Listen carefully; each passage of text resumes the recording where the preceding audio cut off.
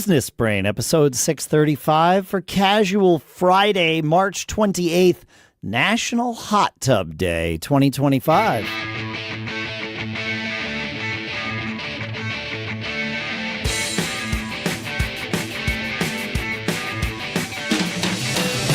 Greetings, folks, and welcome to Business Brain, the show where we take some ideas and we crunch them, we dissect them, we use them to tune our business brains and yours collectively so that we can each keep living those charmed lives. Shopify.com/businessbrain is one of our sponsors. That's where you can go to sign up for your $1 per month trial period. And macaudio.com/brain are the folks at Rogue Amoeba, where you can go download trial versions of all of the software that we use to produce this show. You can use it to do all kinds of things. Coupon code BRAIN saves you 20%, including transcribing on your Mac. We'll talk more about both of those in a minute. Here in Durham, New Hampshire, I'm Dave Hamilton. And I'm still out here in Northern California. Happy Friday. Happy Friday. National Hot Tub Day, man. Putting a hot tub in at our house was one of the best things that we've ever done. Lisa was just saying it to me last night. That's awesome. And the reason that we really like it is it's one place where we can go where we are at home, free of all distractions, electronics. Certainly we can have music playing. We often don't even have that. But I can bring my phone out there. My phone's waterproof, obviously. Have I? Yes. But most of the time, no. It's just nice to have 30 minutes where I'm either alone or we're there. We talk to each other. It's a great decompression. Yeah, I agree. Moment. Yep. Yeah. We have one too. It's a game changer. I really like it. It really is. Yeah. Yep. Okay. And it's really nice in the winter to go out. Of course. It's so nice being outside. Time. It's like, 20 degrees and you can just enjoy the outdoors when it's, not a time when it's normally nice to be outside. Yeah, exactly. Yeah. I have a lot to say about hot tubs, but this is not a show about hot tubs. So. But it is National Hot Tub Day. It is National Hot Tub. That's true. But hey, I want to share, we typically have AI and automation, discussions today. And I found a couple of Gmail tips that I didn't know about that I'm sure they've been around forever. And I'm probably the last person to learn these tricks, but I'm going to share them here anyway, because you just never know. No, we have a segment on Mac Geek Gab that it's our most recently added segment. Well, not really, but called Quick Tips. And the whole definition of a quick tip is a thing that you don't even think about doing because it's something you know. Right. And when someone else sees you do it, they go, wait, what? Yeah, what? I had no idea. Yeah. And or conversely, you see someone else do that, and it's what? It's that kind of thing. So there's nothing wrong. We don't know what we don't know. Yeah, exactly. Yeah. So the first one's real straightforward. I use text expander apps, every day. Right. I'm expanding. You type a few letters, and the whole paragraph automatically magically shows up. But I find I have a hard time sometimes keeping track of all the abbreviations and everything. Yeah. So I was like, and I'm in Gmail for, I have a bunch of Gmail accounts I do different things with. And I just didn't even really know before that Gmail had built-in templates that you can create to respond. And not only are they, what I love about it is it automatically fills out the subject line and the content, right? So I'm going to respond. And then if you tweak it, like as you develop a thing, you just click one little button to save it as the new template every time. That's brilliant. Yeah, so I don't have to I want to go replace this. I want to do that. It'll just say you changed that. Do you want to save it as the new template? And I say, no, this was just a one-off. Or yes, this makes it better because, we're constantly refining ourselves, right? Yeah. And the way we communicate. So I can't believe I only implemented it a couple weeks ago, and I use it dozens of times per day now. And it's amazing. So Gmail templates, just Google How much of your mail do you manage in Gmail as opposed to in a client app on your computer? 80%. Interesting. Yeah. It works pretty well for me. No, it works well for a lot of people. Yeah. There's nothing. I like it. It works great. Yeah. It works great. Interesting. Another Gmail tip, and I don't know if this is the case for other email clients. You could tell me, Dave. You probably know, but Gmail. And my son-in-law told me this trick, and I was like, wait, what? How long has this been around? And it is the concept that you can append. So let's say you want to sign up for the Business Brain newsletter at businessbrain.show. Yep. But you want to signify, okay, I want to track that email. We don't, of course, sell your data, but maybe you sign up for some other place and you're like, you know what? I want to know. So if it's like your email address is yourname@gmail.com, well, if you sign up for that newsletter, your name with the plus sign and some sort of indicator like plus biz or plus, I don't know. Yep. If you bought a kayak, you could say plus kayak. Well, that email's still going to get to you and you'll be able to track what happens to it. So if all of a sudden you start getting a bunch of spam from the plus kayak, you can go back to those guys and say, hey, jerks, you sold my data. Now I'm getting all this garbage. Does it work with every email app or just Gmail? Yes. No, plus addressing is a thing that is a standard, if you will. Ish. I don't want to say that it's like everywhere, but most email get it. Providers allow that. Now, the downside to it being a standard is that spammers can look and say, all right, well, go in and cut the plus. Right, That's of course. True. But it is helpful. I use it. Yes, you can use it for finding out who sold your address. With the caveat I just mentioned. However, where it's really helpful is knowing that, okay, the thing sent to, Dave plus Business Brain should go into a different folder, get a different label, or filtering. Yeah, that's super helpful for that. Yeah. So I just thought that was interesting. It's like little small things that have a big impact on your time. Like, I'm looking forward to you talking about more automation here on this episode, because I'm definitely reaching the peak now of my time with my current business. And I'm like, man, I have to automate this. I have to stop and automate this more. And this is one way that's. Oh, it's a great way to automate things. Yeah. All right. Selling merch for my other podcasts and even my other businesses used to feel like trying to juggle flaming swords blindfolded. But then I started using our sponsor, Shopify. And now it's so smooth. It almost seems like Shopify is secretly reading my mind. They're not, but it's so good. Nobody does selling better. Shopify powers the #1 checkout on the planet. And with Shop Pay boosting conversions up to 50%, it's like having a virtual salesperson working 24/7, except this one doesn't take coffee breaks or demand stock options. And hey, if Shopify could run my whole life, I'd probably let it. Maybe it could handle that secret underground moon base I've been planning. Anyway, upgrade your business and get the same checkout that I use with Shopify. Sign up for your $1 per month trial period at shopify.com/businessbrain, all lowercase. Go to shopify.com/businessbrain to upgrade your selling today. That's shopify.com/businessbrain. And our thanks to Shopify for sponsoring this episode. Sometimes we get emails asking us how and why this show sounds so good. It's not magic. It's our sponsor, Rogue Amoeba. Their powerful Mac audio tools make producing this podcast possible and really helps us sound delicious. It's enjoyable. I use Audio Hijack to record and process every single episode. If I can hear it, Audio Hijack can record it. And now with their new Whisper AI-powered transcribe block, it even creates transcripts faster, more efficient, and all locally on my Mac. No cloud nonsense. Then there's Farrago, which runs our theme music and sound effects with the press of a button, because nothing says pro podcast like hitting a jingle at just the right time, right? You got to be able to do that.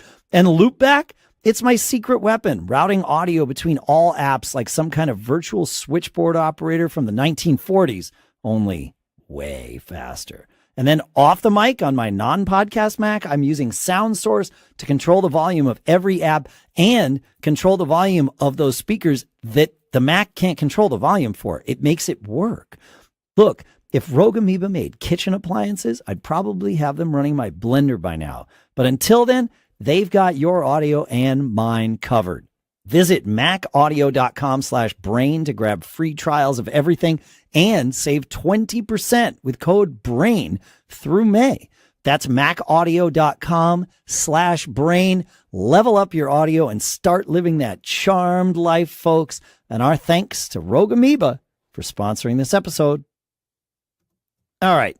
Before we get into what will be FridAI today, I wanted to share a review that we got from from KDU472. Of course, this was, you can leave your own review at businessbrain.show/review. And KDU472 says, besides, the title of the review, 5 stars, on point all the time. Besides new ideas on how to use AI, Dave and Shannon, often simply remind us of things we should be doing. It's great to have them there to nudge us and steer us when we are heads down in the weeds. Love it. Thank you for saying this, first of all, KDU472, and thanks for sending that in. And because we included this review in the show, and we include all the reviews in the show, you are now entered into our drawing for a MacBook this year. So thank you for that. You get that out of the show, and I'm glad. Like, that's the reason we do the show. Right. But as I say at the beginning, it's for all of us. So it's for you, certainly. But the goal is that Shannon and I get to join you in getting that exact same benefit out of the show because we nudge ourselves. Of course. Yes. It's a constant awesome. Reminder. I tell people like stuff I post on X. I'm like, I'm talking to myself. When I'm saying language matters and this and this and this. It's like, I'm just like repeating that. It's like a affirmation. Drilling it. It's an affirmation.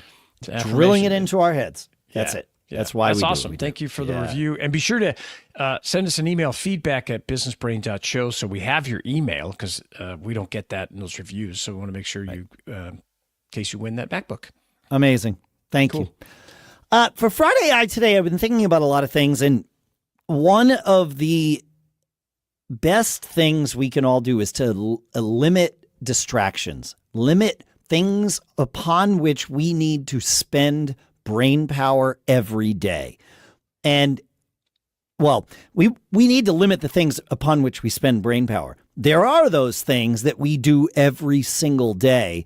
And if you can automate one of those, even if it only takes you 30 seconds times 365, this stuff adds up. Yeah. And so my advice here for FridAI this week is to automate everything that you possibly can.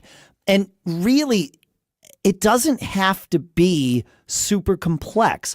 Even just turning on and off your lights is something that you can do easily with automation. You get smart home lights, you install them.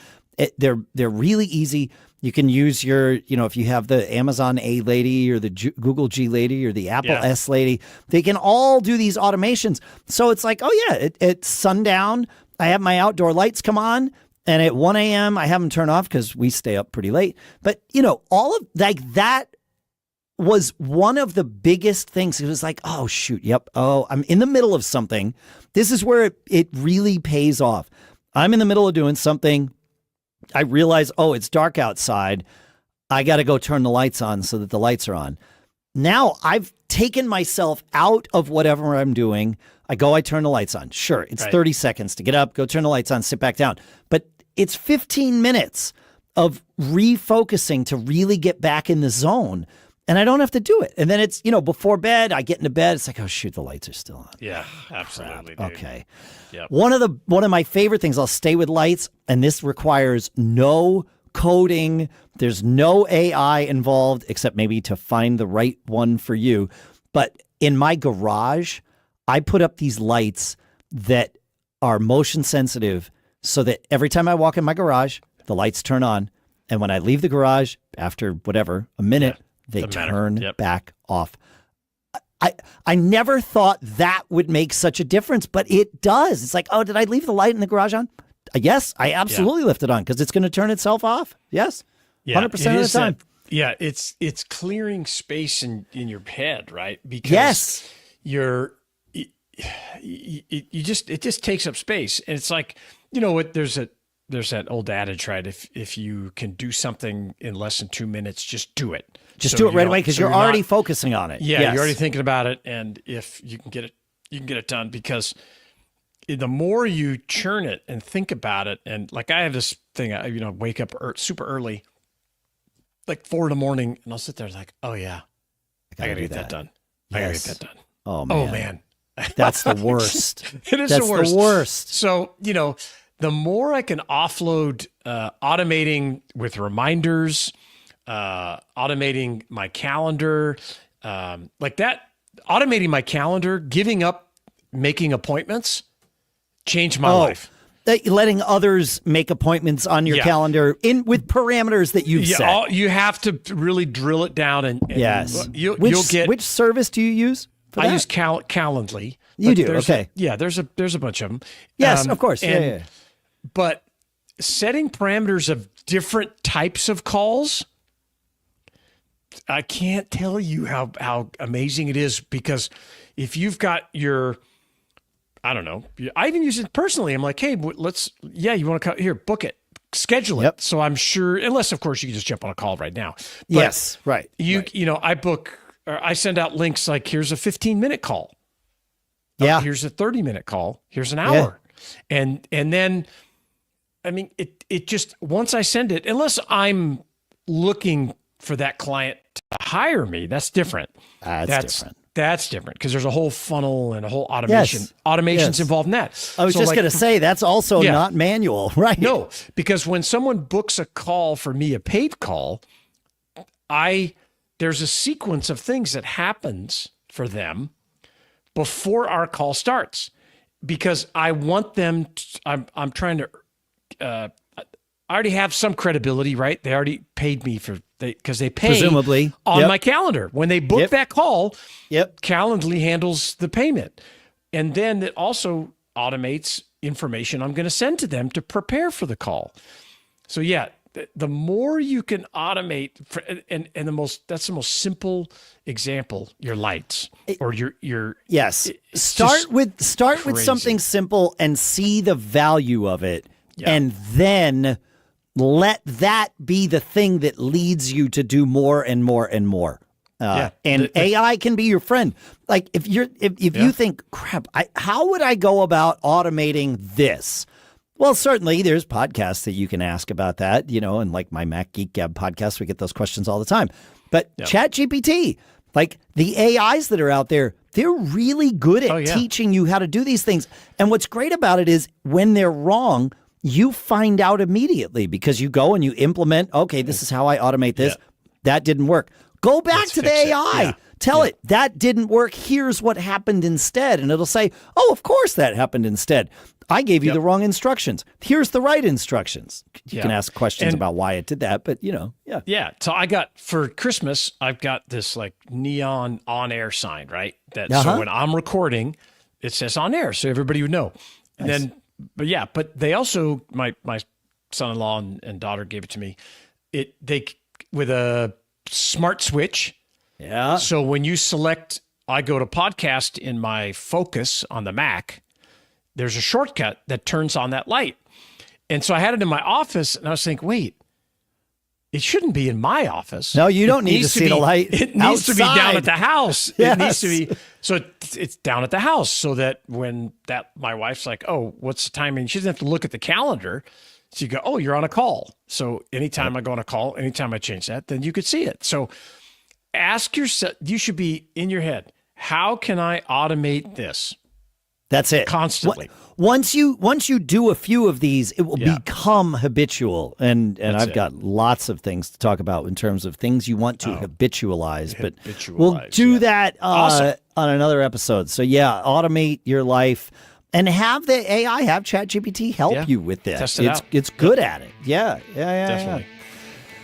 Thanks for hanging out, folks. Feedback at businessbrain.show. Send us your favorite ideas for automation. We'll share them on the show. Absolutely. Yep. And, make sure to go to businessbrain.show/review so that you can sign up, so you can send in a review and sign up to win that MacBook. Yeah.